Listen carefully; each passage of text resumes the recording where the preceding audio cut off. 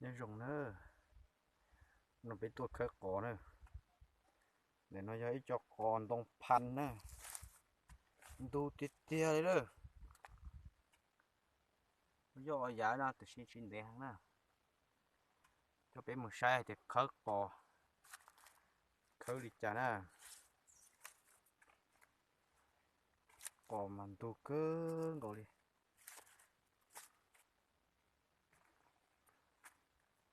lui nó thứ nhỏ ăn bót tay nó nè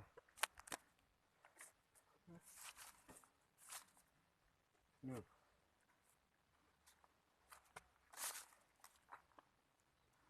giờ nó lo lo được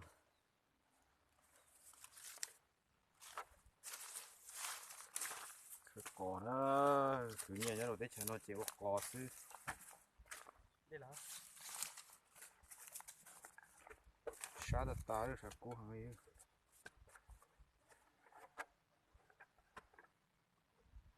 thêm nhỏ cỏ nữa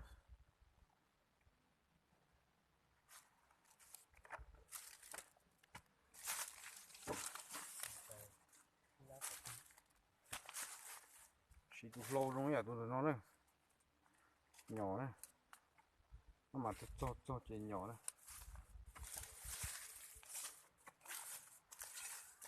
tôi cuốn tôi hòa hồ thì chớ nè mà có cò rồi rời xứ nè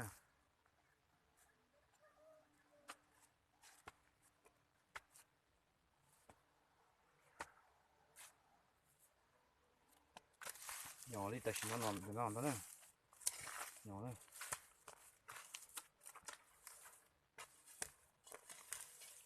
cho nó chuyển tù hàng này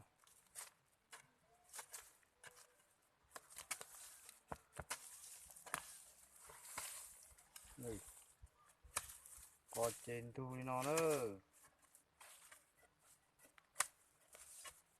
nhỏ ta là tụ to giò xếp của mua chợ đạp cho hồ chứ tụ mua lâu là cho lâu khứ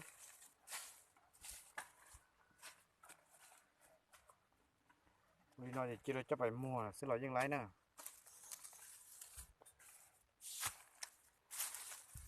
cái say nè cho nên say cũng nhỏ có nè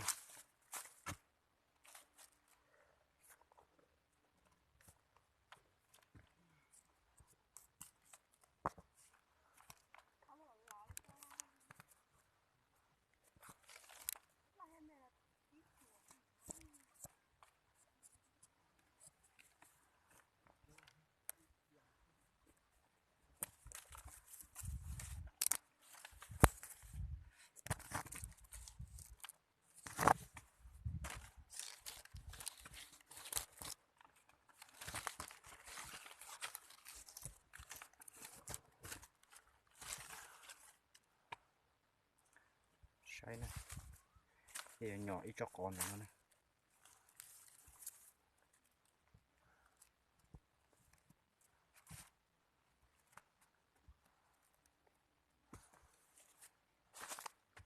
cái nhỏ cho nó này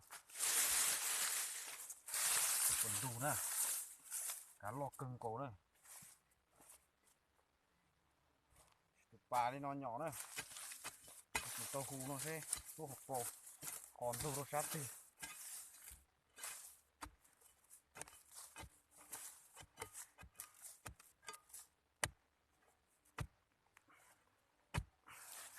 tàu cưng cũng được nhỏ này nó được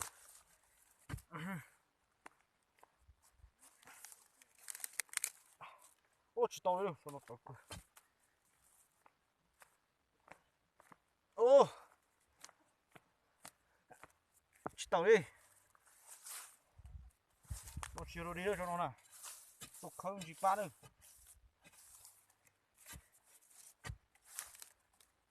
ô giờ chỉ muốn cho hay lỡ cho nó thấy cho tự chụp lại nữa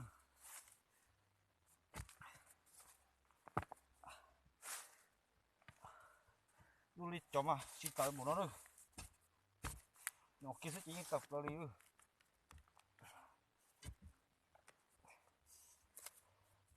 cứ nhiên nhau thì chơi cứ tin được trả được ô đã theo Đồ cơ kia đây. Đồ. Có bạn đặt thủ đỡ bồi nó rồi. Đã đâu của nó rồi.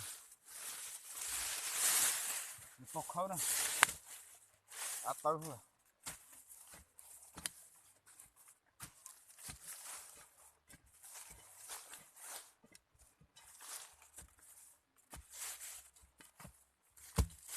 Ô, một con tùng.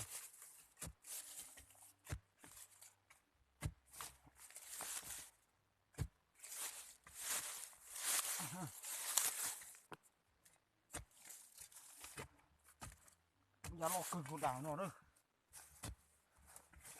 Ô, cơ tụi nó số nó mà cho. Ủa đồ sát sắp rồi nữa. Một con xong con tùng. Nó còn từ trên đường tùng, nó còn từ nữa.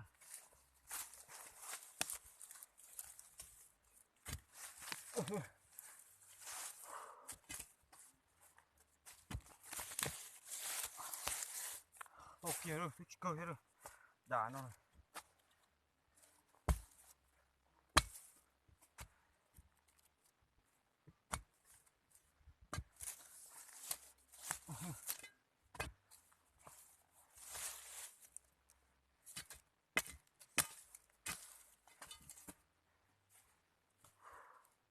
Đặt tay ơi. Trời trong cô này. Ôi, sao đi kia.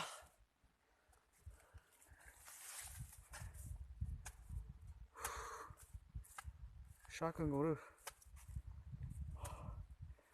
Ok cho coi này. Bắn đồ cú là cú này. Ô, còn mà trong con đi tia đây, cho sót đá mà. Chia tao kilo hàng này. Nó thì tía chân đi ná cho mua là tao này. Họ giờ mua cho một chỗ khổ khổ à. Ria còn hình gì mà mua là người dân ấy tung về thế nào. Cái cứ nhớ tới chuyện nào mà. Dùng gì thế, cô chỉ dùng gì thế. Sát cân cầu đi đó.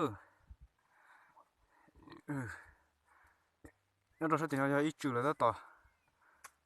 Ria. Sát cực kia